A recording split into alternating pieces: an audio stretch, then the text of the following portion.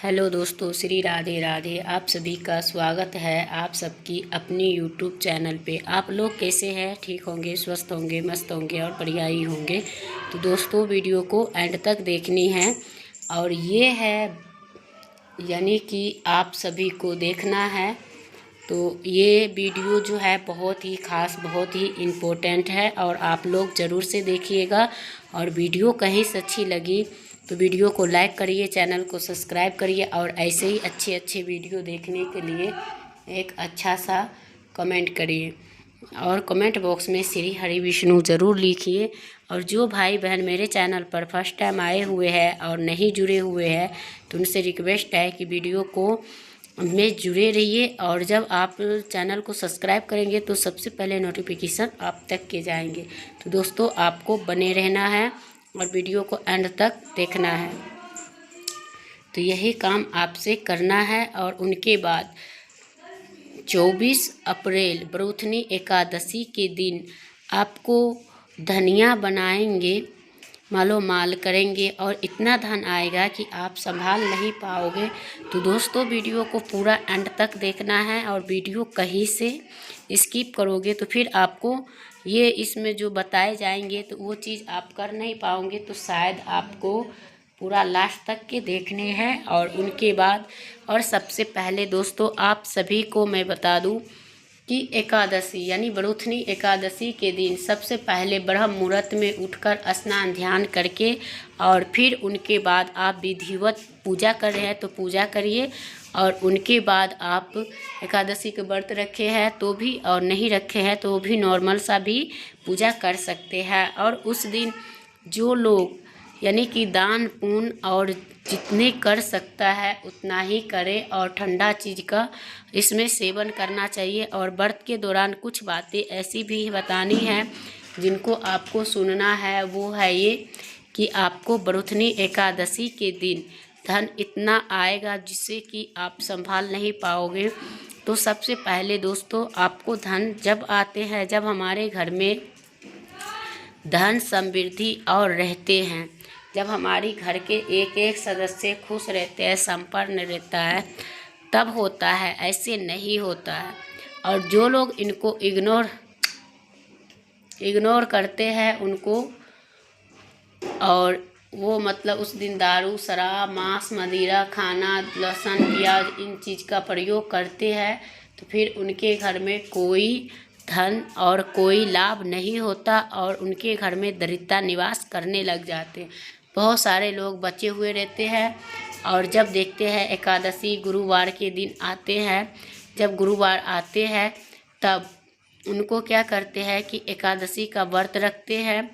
और उस दिन जैसे शैम्पू साबुन और सिर धो के स्नान करना, पीला सिंदूर लगाना और बड़े बुजुर्ग को अनादर करना, अपमान करना, साधु को द्वार पे आने से भिक्षा नहीं देना, इन चीज़ सब जो अगर आप कर रहे हैं तो उन चीज़ के छोड़ के और आप एक अच्छा सा तरीका अपनाएं जिससे कि आपके घर में सुख समृद्धि आए।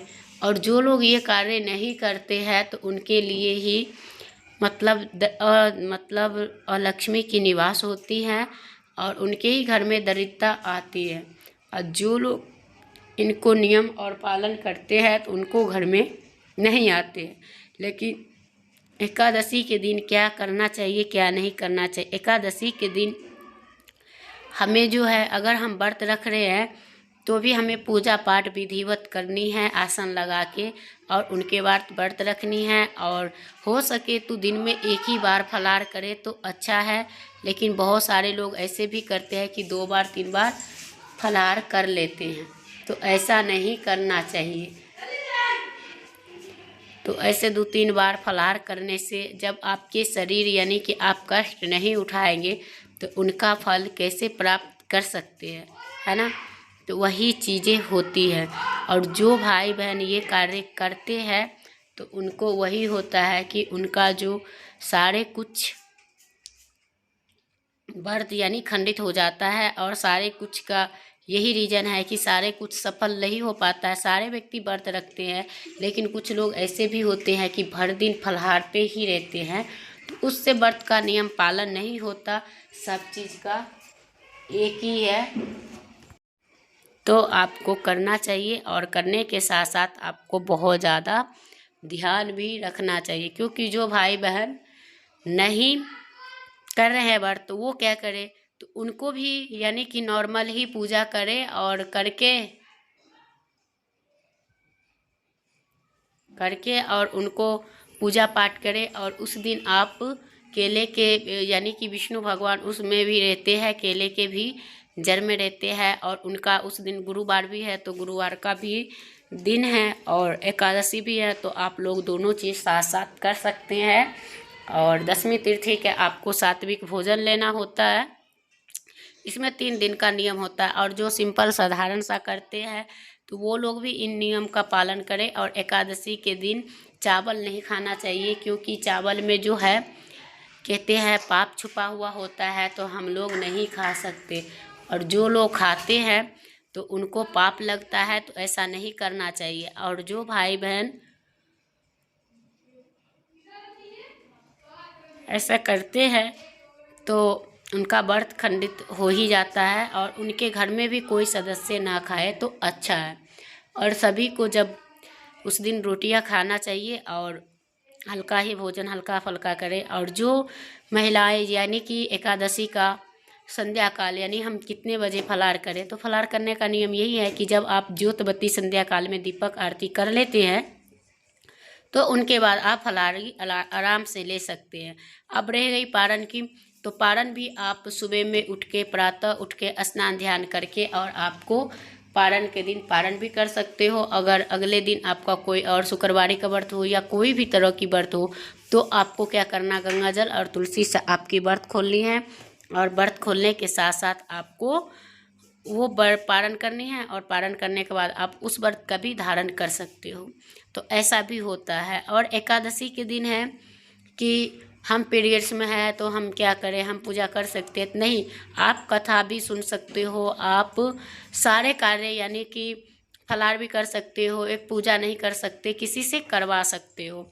और उनके बाद आप व्रत रख सकते हो। और उनके बाद आप जब आप सही हो जाओगे यानी ठीक हो जाओगे तो उनके बाद आप पूजा पाठ करिएगा, लेकिन इस एकादशी नहीं कर सकते। जो फर्स्ट टाइम उठा रहे वो क्या करें, तो देखिए कोई भी व्रत त्योहार तभी उठाए कि जब यानी कि जब आपको शुक्ल पक्ष आए। शुक्ल पक्ष का जो होता है वो सबसे बड़ा नियम और प्रधान है, और उनको वो नियम से फॉलो करना चाहिए। क्यों करना चाहिए, क्योंकि जो लोग नियम से करते हैं तो उन्हीं का पालन होता है। और जो लोग यानी कि नियम फॉलो नहीं करते हैं और बीच में ही जैसे कि अब ये है ये कृष्ण पक्ष है, शुक्ल पक्ष वाला व्रत कोई भी व्रत उठाओ तो शुक्ल पक्ष का ही उठाओ। और जैसे कि हम उद्यापन भी करें तो शुक्ल पक्ष का अच्छा होता है, तो आपको शुक्ल पक्ष का ही करना चाहिए, और ये कृष्ण पक्ष का कभी नहीं करना चाहिए। अब ऐसी कोई मजबूरी हो तो कर सकते हो, लेकिन ऐसे नहीं किया जाता। तो चलिए आपको वो चीज़ हो गया। और उनके बाद आपको पूजा पाठ करना है, और करने के साथ साथ आपको विशेष ध्यान रखना है ना। और उनके साथ आप उस दिन चाहो तो ब्राह्मण को फल का दान भी कर सकते हो। उस दिन पारण दिन आपको दान में क्या क्या देना है, तो दोस्तों पारण में आपको ये सब देना है कि जैसे अन्न में पारण के दिन अन्नदान होता है, आटा सब्जियां जितने सारे होते हैं मसाला ये सब भी आप दे सकते हो। और उनके बाद आप पारण में दाल घिया ये सब भी तारबूज जो भी चीज़ आपको सामर्थ हो, छतरी ये भी जो ठंडा है मटका ये भी दान कर सकते हो। वस्त्र दान तो ठंडी में ठंडी का गर्मी में गर्मी का करना चाहिए। और उनके बाद उसमें थोड़ा सा ब्राह्मण देवता जैसे कि ब्राह्मण का हम दान करते हैं तो उसमें थोड़ा सा धनिया पाउडर जैसे हम देते हैं, तो पाउडर की जगह में हम अगर साबुत धनिया रख देते हैं तो वो हमारे धन्यमान बनाने का बहुत बड़ा कारीगर काम करता है। और उनका बहुत अहम भूमि होता है धनिया साबुत की। और माता लक्ष्मी इन पे यानी कि बहुत प्रसन्नता होती है। और जो ब्राह्मण को अनादर या अपमान करते हैं, चाहे वो गौ माता से रिलेटिव क्यों ना हो, लेकिन ऐसे करते हैं, अपमान करते हैं, तो उनको पाप लगता है। और एकादशी के दिन हमेशा आपको गौ माता का घी का ही दीपक जलाए, जिससे कि आपके घर में सुख समृद्धि आए। और ऐसे नहीं जो लोग करते हैं तो उनके घर में दरिद्रता के निवास करते हैं और उनके घर में माता लक्ष्मी नहीं आते हैं। और जो लोग करते हैं तो उन्हीं के घर में आते हैं। अब बहुत सारे भाई बहन ऐसी भी है जो नहीं भी करते हैं, और कितना बहुत ज़्यादा है जो करते भी हैं। तो यही है, और इनके ही साथ साथ आपको ये सब चीज़ें करना पड़ सकता है। तो कोई बात नहीं है, करिएगा। फिर उनके बाद आपको जो तुलसी जी में जल उस दिन नहीं दिया जाता है, और अगले दिन द्वादशी के दिन आप पूजा पूरा नियम पूर्वक से आप लोग कर सकते हो। तो यही है, और पूरा लास्ट तक के देख सकते हो। और जो भाई बहन यानी कि फर्स्ट टाइम एकादशी करने के लिए सोच रहे हैं, तो बस हो गया। ये एकादशी के बाद जो अगले एकादशी आ रहे हैं तो उसमें उठा लीजिएगा, बहुत ही अच्छा होगा, है ना। और अपने घर पे अगर उस दिन एकादशी के दिन कोई भी जीव जंतु यानी चाहे वो गौ माता हो, गौ माता आए तो और शुभ होता है।